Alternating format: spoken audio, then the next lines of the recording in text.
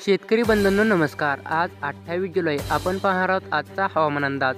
बरेच शेतकरी मित्रांच्या मागील व्हिडिओमध्ये कमेंट आले की आमच्या भागात सूर्यदर्शन आणखी नाही, तर सूर्यदर्शन केव्हा होणार आणि सध्या कोणत्या जिल्ह्यात पावसाची शक्यता आहे आज याची देखील आपण डिटेल अपडेट या व्हिडिओच्या माध्यमातून पाहणार आहोत। त्यापूर्वी छोटीशी विनंती, आपल्या चॅनलवर नवीन असाल तर आपल्या चॅनलला सबस्क्राइब करून शेजारी बेल आयकॉन नक्की प्रेस करा। असेच प्रत्येक हवामानाची अपडेट तुमच्यापर्यंत पाहायला मिळणार आहे। तर आज 28 जुलैला आपल्याला गोंदियाचा काही भाग, नागपूर, अमरावती आणि अकोला या ठिकाणी जोरदार स्वरूपाचा पाऊस पाहायला मिळणार आहे।